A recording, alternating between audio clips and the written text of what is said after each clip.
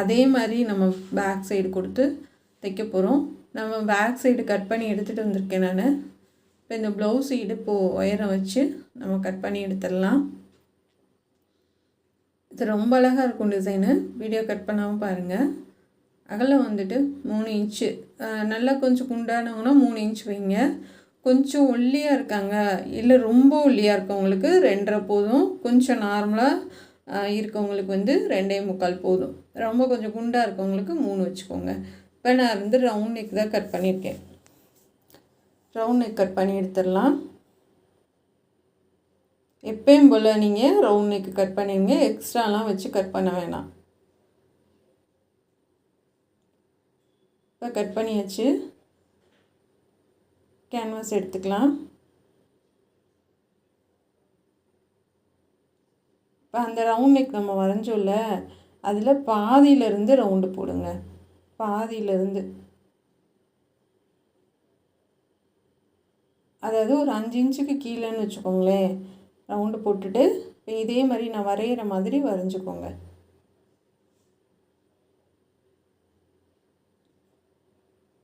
கீழே ஒன்று, அதுக்கு கீழே வந்து இந்த கோவை டிசைன் மாதிரி நல்லா கொஞ்சம் நீளமாகவே வரைஞ்சிக்கோங்க. ஏன்னா வந்து பேக் சைடு ப்ளவுஸு ஃபுல்லாக கவர் பண்ணணும். அது மாதிரி கட் பண்ணிக்கோங்க. இப்போ கேன்வாஸில் குண்டு ஊசி குத்தி கூட நீங்கள் கட் பண்ணி எடுத்துக்கோங்க. நான் நார்மலாக அப்படியே கையை இறுக்கி பிடிச்சிட்டு தான் கட் பண்ணுறேன். நீங்கள் குண்டு ஊசி கூட குத்திட்டு கட் பண்ணிடலாம். இப்போ நீங்கள் வரைஞ்சது போல் கட் பண்ணி எடுத்துருங்க. ஊசி குத்திட்டிங்கன்னா உங்களுக்கு ஈஸியாக இருக்கும் கட் பண்ணுறதுக்கு.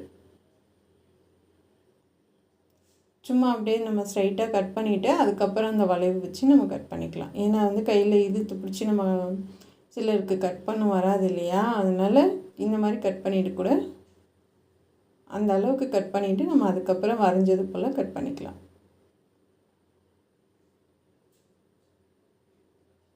சமமாக வச்சுக்கோங்க.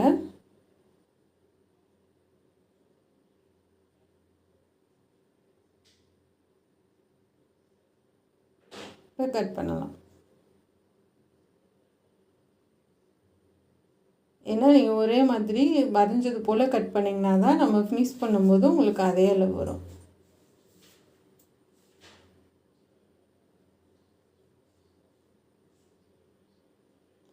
அதாவது நெக்கில் வந்து ஒரு 5 இன்ச்சு கீழே மார்க் பண்ணிங்கன்னா சரியாக இருக்கும். பாதியிலேருந்து இப்போ இதை கட் பண்ணி எடுத்துடலாம்.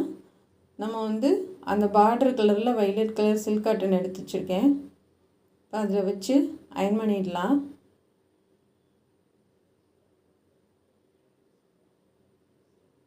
இந்த மாதிரி நல்லா ரவுண்டாக கட் பண்ணிடுங்க.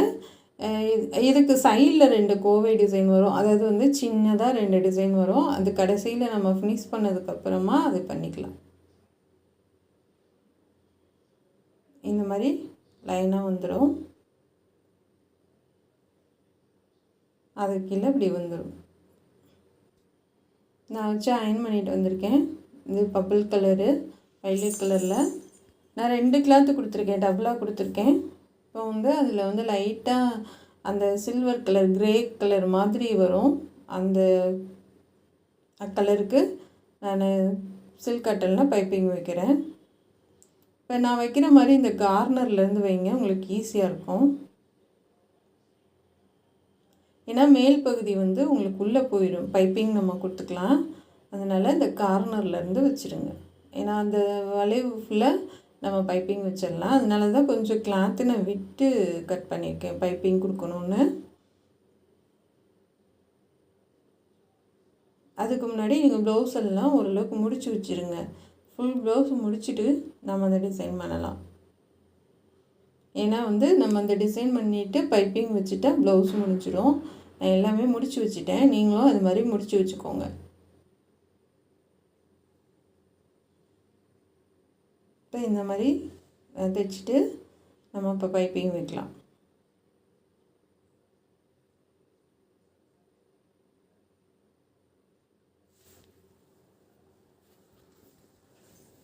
நல்லா ஒரே மாதிரி மடக்கிடுங்க. அந்த கார்னரில் வந்து மடக்கி பைப்பிங் வைங்க. மடக்காமல் வைக்காதீங்க. ஒரு மடக்கு மடக்கிடுங்க. மடக்கிட்டு அப்படியே அடிப்பக்கெல்லாம் மடக்க தேவையில்லை. அப்படியே ஒரு மடக்கு மடக்கி விட்டிங்கன்னா போதும். அந்த பிசுறு நம்ம கடைசியில் வந்து கட் பண்ணி எடுத்துடலாம். இதுக்கு வந்து வயலட் கலர் நூல் மாற்றிக்கோங்க. ஏன்னா இப்போ பிங்க் கலர் ப்ளவுஸ் போட்டு தைக்கிறோம். அதே பிங்க் கலர் நீங்கள் இதுக்கு கொடுத்தீங்கன்னா நல்லா இருக்காது. அந்தந்த கலருக்கு ஏற்ற மாதிரி நூல் மாற்றிக்கோங்க.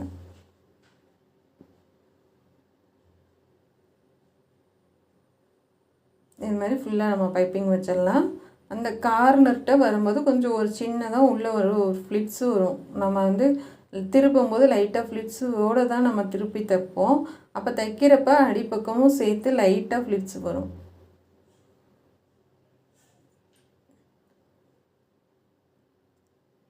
கார்னரில் நிப்பாட்டி இப்போ திருப்பிடலாம். பைப்பிங் வந்து ஒரே மாதிரி சன்னமாக கொடுங்க. இதுக்கு பிங்க் கலர் கூட கொடுக்கலாம். ஆனால் வந்து அதில் வந்து அந்த சாரியில் இந்த கலரு கலந்து வந்தது. சரி பிங்க்கே கொடுக்க வேண்டி என்ன, இந்த மாதிரி கொஞ்சம் கான்ட்ராஸ்ட்டாக கொடுத்தா நல்லாயிருக்கும் அப்படின்ட்டு நான் கொடுத்துருக்கேன்.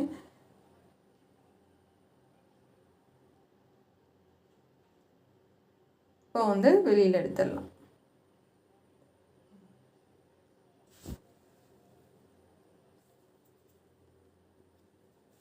இந்த எக்ஸ்ட்ரா பீஸ் எல்லாம் கட் பண்ணி எடுத்துடலாம்.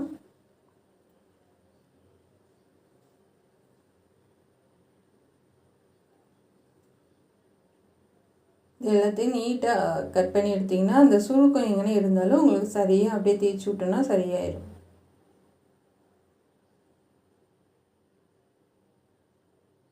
இதே மாதிரி எல்லாத்துக்கும் நம்ம வச்சிடலாம்.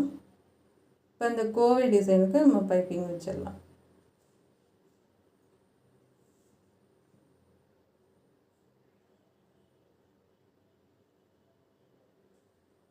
பொறுமையாக அந்த நம்ம வந்து அந்த கேன்வாஸ் இருக்கு இல்லையா, அது மேலேயே தையல் போட்டு அப்படியே சுற்றிலும் தைச்சிட்டு வாங்க.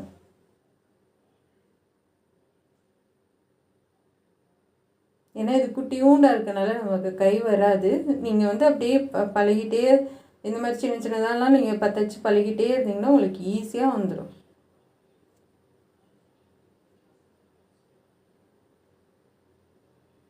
இப்போ சுற்றிலும் பைப்பிங் வச்சிடலாம்.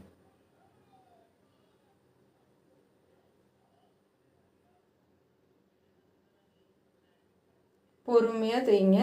பைப்பிங் மேலே தையல் விழுகக்கூடாது. ஏன்னா அந்த பைப்பிங் மேலே தையல் விழுந்தால் உங்களுக்கு வந்து அந்த வயலட் கலர் நூல் தெரியும். ரெண்டாவது வந்து பட்டி அடித்த மாதிரி ஆயிடும். உங்களுக்கு பைப்பிங் மாதிரி இருக்காது. ஃப்ளாட்டாக ஒரு மாதிரி நல்லா இருக்காது. அந்த பைப்பிங் அழகே வந்து அந்த உருட்டு தான். அந்த உருட்டுறதுல தான் இருக்குது அந்த பைப்பிங்கோட அழகு. அதனால் வந்து மேலே தையல் விழுகாமல் பார்த்துக்கோங்க.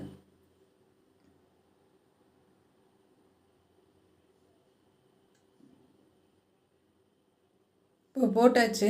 நம்ம அந்த எக்ஸ்ட்ரா இருக்கிறது எல்லாத்தையும் கட் பண்ணி எடுத்துடலாம்.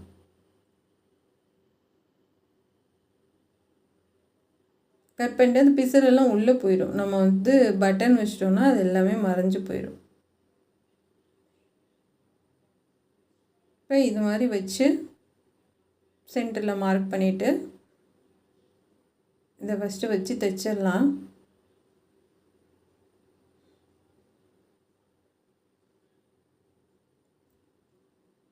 கரெக்டாக உட்காருது.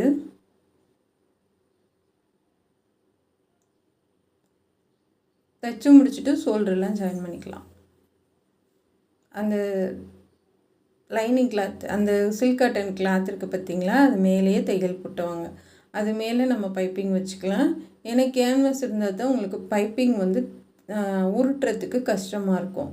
இப்போ இந்த கிளாத் இருக்கனால உங்களுக்கு வந்து எக்ஸ்ட்ரா நம்ம அந்த கிளாத்து கொஞ்சம் விட்டுருக்கனால உங்களுக்கு ஈஸியாக பைப்பிங் வச்சுக்கலாம். அழகாக வந்துடும். இப்படி ஒன்று ஒன்றா நம்ம வந்து வச்சு தைச்சிட்டு வந்துடலாம். ஆனால் கீழ் இதுக்கு நீங்கள் கிளாத் வந்து கொஞ்சம் நிறையவே விட்டு கட் பண்ணணும். ஏன்னா நம்ம ஜாயின் பண்ணோம் இல்லையா, அதனால் அடிப்பக்கம் கொடுத்து தைக்கிறதுனால கொஞ்சம் கிளாத் வந்து நிறைய விட்டு கட் பண்ணி எடுத்துக்கோங்க.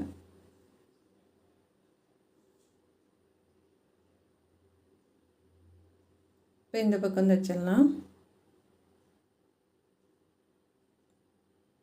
நல்லா பொறுமையாக தைங்க, அவசரப்படாமல் பொறுமையாக தைச்சிட்டு வாங்க. ஏன்னா டிசைன் ப்ளவுஸ்க்கெலாம் ரொம்ப பொறுமை வேணுங்க. ஏன்னா அது குட்டி குட்டியாக நம்ம பண்ணி அது ஃபினிஷ் பண்ணுறதுக்கு ரொம்ப பொறுமை தேவை. நம்ம அவசரமாலாம் நம்ம முடிக்க முடியாது, கொஞ்சம் கஷ்டம்தான். இப்போ வந்து சென்டராக மார்க் பண்ணிவிட்டு 2 பக்கமும் தைச்சிடலாம். அதை வந்து நம்ம கடைசியில் இந்த பக்கம் நம்ம அடுத்த இது கொடுக்கையில் இந்த இது சேர்த்து தைச்சிடலாம். இப்போ அந்த இது வந்து நம்ம தையல் போட்டிருக்கோம்ல கேன்வாஸ் வச்சு, அந்த தையல் மேலேயே கரெக்டாக வச்சு தையல் போட்டுவாங்க.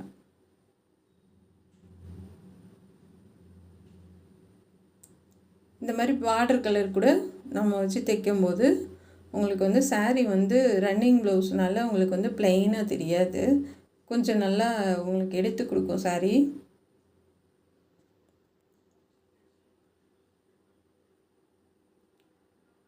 இப்போ வந்து இதுக்கு லாஸ்ட் வரைக்கும் நம்ம தையல் போட்டுடலாம்.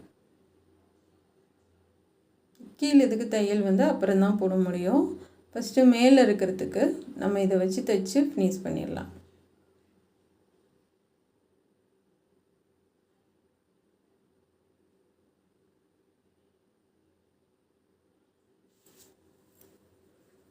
கார்னர் நிப்பாட்டி அப்படியே மெதுவாக திருப்பிடுங்க.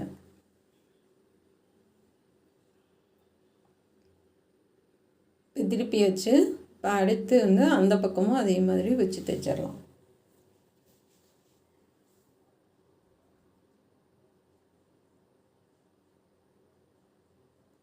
கரெக்டாக கொடுத்துருங்க. அந்த பைப்பிங் நல்லா உள்ளே போயிடணும். கீழே நம்ம ஒட்டி தானே கட் பண்ணணும்.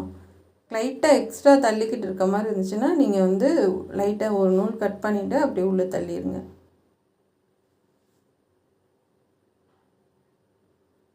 அப்படியே இறுக்கி கையை பிடிச்சிட்டு தைச்சிடலாம். தைச்சிட்டு இப்போ வந்து அந்த கோவை டிசைன் வந்து தைச்சிடலாம்.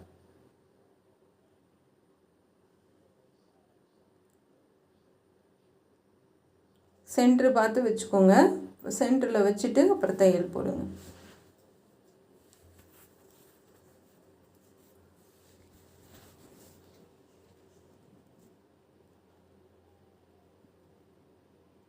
இப்போ சுற்றிலும் ரவுண்டாக தைச்சிடலாம். தைச்சிட்டு சைடு வந்து நமக்கு வந்து ரொம்ப பிளெயினாக இருக்குது, அதனால் இன்னும் 2 இந்த பக்கம் ஒன்று இந்த பக்கம் ஒன்று குட்டியாக ஒரு கோவை டிசைன் கட் பண்ணி இங்கிட்டு ஒன்று அந்த பக்கம் ஒன்று கொடுத்துடலாம். அப்போ வந்து ப்ளவுஸ் வந்து உங்களுக்கு நிறைவாக இருக்குது, ரொம்ப பார்க்கவும் செமையாக இருக்கும்.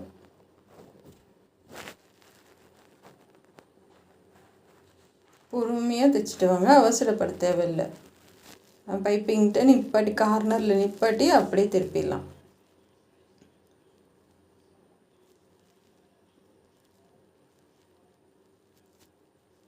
நல்லா தூக்கி விட்டு டைட்டாக தைச்சிருங்க. தைச்சிட்டு நூலை கட் பண்ணிடலாம். நூலெல்லாம் வந்து அப்பைக்கப்போ கட் பண்ணுங்கள். நூல் இருந்துச்சுன்னா அது ப்ளவுஸ் வந்து ஃபினிஷிங்காக இருக்காது.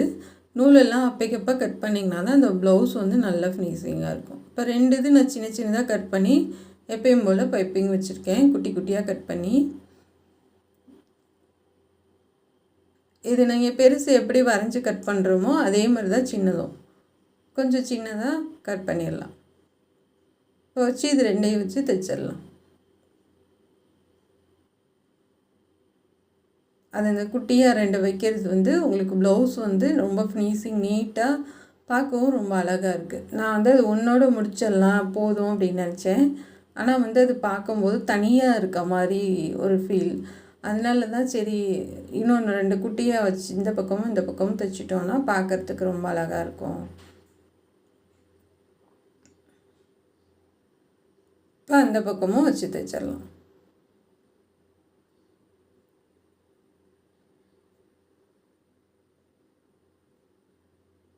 நல்லா பொறுமையாக தைச்சிட்டு வாங்க.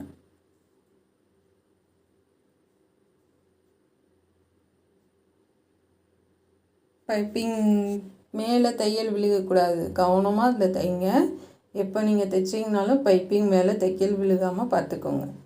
சப்போஸ் அப்படி அசந்து விழுந்துருச்சு அப்படின்னா அதை யோசிக்காமல் பிரிச்சுட்டு மறுபடியும் தையல் போட்டுருங்க. ஏன்னா பைப்பிங் மேலே தையல் இருந்தால் உங்களுக்கு இந்த மாதிரி ஃபினிஷிங் வந்து நீட்டாக இருக்காது.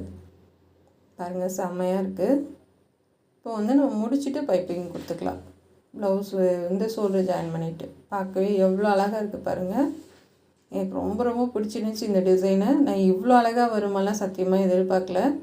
அந்தளவுக்கு அழகாக வந்துச்சு. இப்போ வந்து நம்ம கையெல்லாம் ஜாயின் பண்ணிட்டோம். இப்போ பைப்பிங் கொடுத்துடலாம்.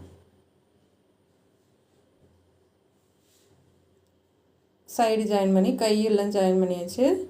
இப்போ நான் வந்து இந்த வயலட் கலரில் பைப்பிங் மட்டும் கொடுக்குறேன். இதுக்கு முன்னாடிலாம் நான் டிசைன் பண்ணலை. பண்ணியிருந்தால் அந்த 2 லைன் பட்டையாக கொடுத்துருக்கலாம். ஆனால் இன்னும் வேலை அதிகமாகும் அப்படின்ட்டு சரி பேக் சைடு நெக்க மட்டும் போதும் சிம்பிளாக அப்படின்ட்டு அதை ஒன்று முடிச்சிட்டேன். வேணால் அந்த நீங்கள் நம்ம பட்டையாக கிராஸ் பீஸ் அடித்து திருப்பி நம்ம நெக்க வைப்போம் இல்லையா, அது மாதிரி இந்த 2 பக்கமும், அதாவது இங்கே பூ கொடுத்துருக்கோம்ல, இது 2 பக்கமும் தைச்சி அந்த பிசுறு உள்ளே போகிற மாதிரி கொடுத்துருந்தேன். இன்னும் செமையாக இருந்திருக்கும். இன்னும் வந்து முன்னாடி சேர்த்து நம்ம பண்ணியிருந்தோம்னா இன்னும் ரொம்ப அழகாக இருக்கும் ப்ளவுஸு.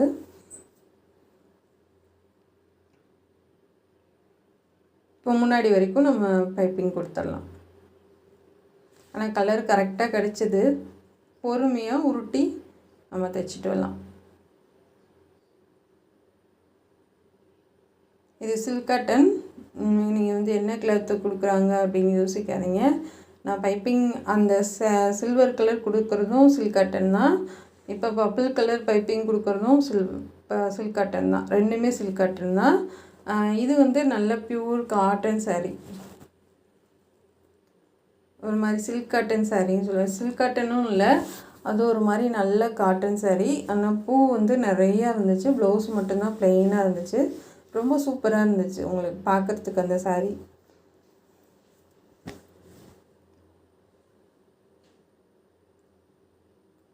ஏன்னா இந்த இடத்துல வந்து உங்களுக்கு கேன்வாஸ் இல்லாதனால இந்த இடத்துல அழகாக உங்களுக்கு உருட்டாக பைப்பிங் நல்லா வரும். ஏன்னா கேன்வாஸ் நம்ம சேர்த்து வச்சு தைச்சிருந்தோம், கேன்வாஸும் மேலே தையல் போட்டிருந்தோம் அப்படின்னா உங்களுக்கு கேன்வாஸ் எப்படி உருட்ட முடியும்? நம்ம உருட்டுறதுக்கு வராது. அப்போ வந்து பட்டையாக வரும் உங்களுக்கு பைப்பிங் அந்த இடத்துல. அதனால தான் சொல்கிறது, கொஞ்சம் விட்டு நம்ம கேன்வாஸில் இருந்து கொஞ்சம் 1/4 இன்ச்சில் பாதி அளவு நம்ம தையல் போடுற அளவு விட்டுட்டு கட் பண்ணால் உங்களுக்கு வந்து நீட்டாக வந்துடும். அவ்வளோதான், ப்ளவுஸ் ஃபினிஷ் பண்ணியாச்சு. அடுத்து வந்து இந்த தையல் போடலாம். பாசி வைக்கிறதுக்காக நம்ம இந்த எல்லாத்துலேயுமே வரைஞ்சி தையல் போட்டுடலாம். பாருங்கள், செமையாக இருக்குது. போட்டுட்டு நடுவில் ஒரு பட்டன் கொடுத்துடலாம். இந்த மாதிரி 3 இதாக கூட போட்டுக்கோங்க.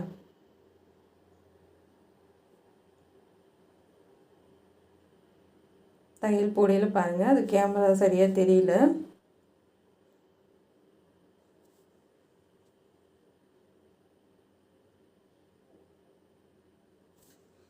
ஒன்றும் இல்லை, 3 கோட் போட்டுக்கோங்க. போட்டுட்டு அந்த கோட்லேயே வந்து இதுக்கு வந்து ரெட்டை நூல் கூட போடலாம். வந்து எனக்கு அப்போ தெரியாது ரெட்டை நூல் போட்டால் நல்லா வருமானாட்டு. ஆனால் சிங்கிள் நூல் தான் போட்டு தைச்சிருக்கேன். 4 தடவை போட்டு தைக்கும்போது உங்களுக்கு வந்து நீட்டாக வந்துடும். இதுக்கு வரைஞ்சிடலாம். வரைகிற மாதிரி வரைஞ்சிக்கோங்க.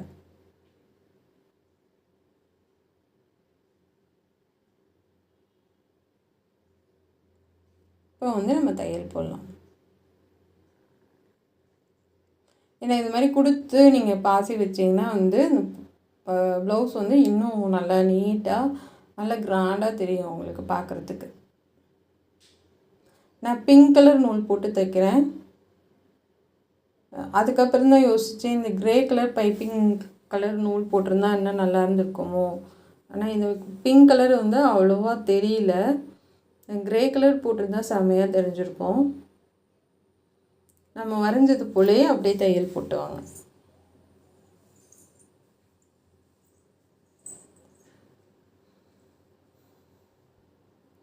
கொஞ்சம் நீங்கள் திருப்பி திருப்பி நம்ம 4 தையல் போடணும். அப்போ தான் வந்து உங்களுக்கு அழகாக இருக்கும். இல்லை ரெட்டை நூல் போட்டு கோர்த்து போட்டிங்கன்னா ஒரே வேலையாக முடிஞ்சிடும். ஒரு வளைவுக்கும் 4 தையல். இப்போ ஃபுல்லாக போட்டாச்சு. நம்ம பாசி கொடுத்துடலாம்.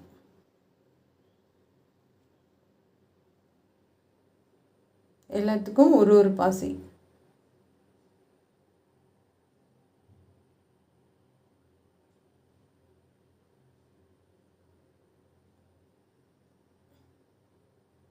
பாடியில் திக்க போட்டு கட் பண்ணி எடுத்துருங்க. இது கோல்டன் கலர் பாசி வைக்கிறேன்.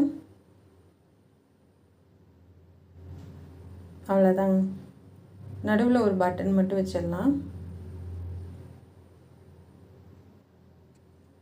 பாருங்கள், செம்மையாக முடிஞ்சிச்சு. இப்போ நடுவில் பட்டன் வச்சாச்சு. நான் மெட்டீரியல் கிளாத்லேயே தான் பண்ணி வச்சுருக்கேன். சூப்பராக இருக்குது. எனக்கு ரொம்ப பிடிச்சிருக்கு. உங்களுக்கு ரொம்ப பிடிச்சிருக்கான்றத கமெண்டில் சொல்லுங்கள். எவ்வளோ அழகாக இருக்குது பாருங்கள். நான் சொன்ன மாதிரி மேலே 2 லைன் கொடுத்துருந்தா இன்னும் செம்மையாக இருக்கும். ஆனால் அடுத்த ப்ளவுஸ்க்கு கண்டிப்பாக பண்ணலாம். இதுதான் அந்த சாரீ. இந்த சாரீக்கு தான் அந்த ப்ளவுஸு. பாருங்கள், நம்ம இந்த சாரியில் இருக்க மாதிரி தான் ஓரளவுக்கு பண்ணியிருக்கோம். அது இந்த பூ டிசைன் தான் நம்ம அதில் பண்ணியிருக்கோம். Thank you friends.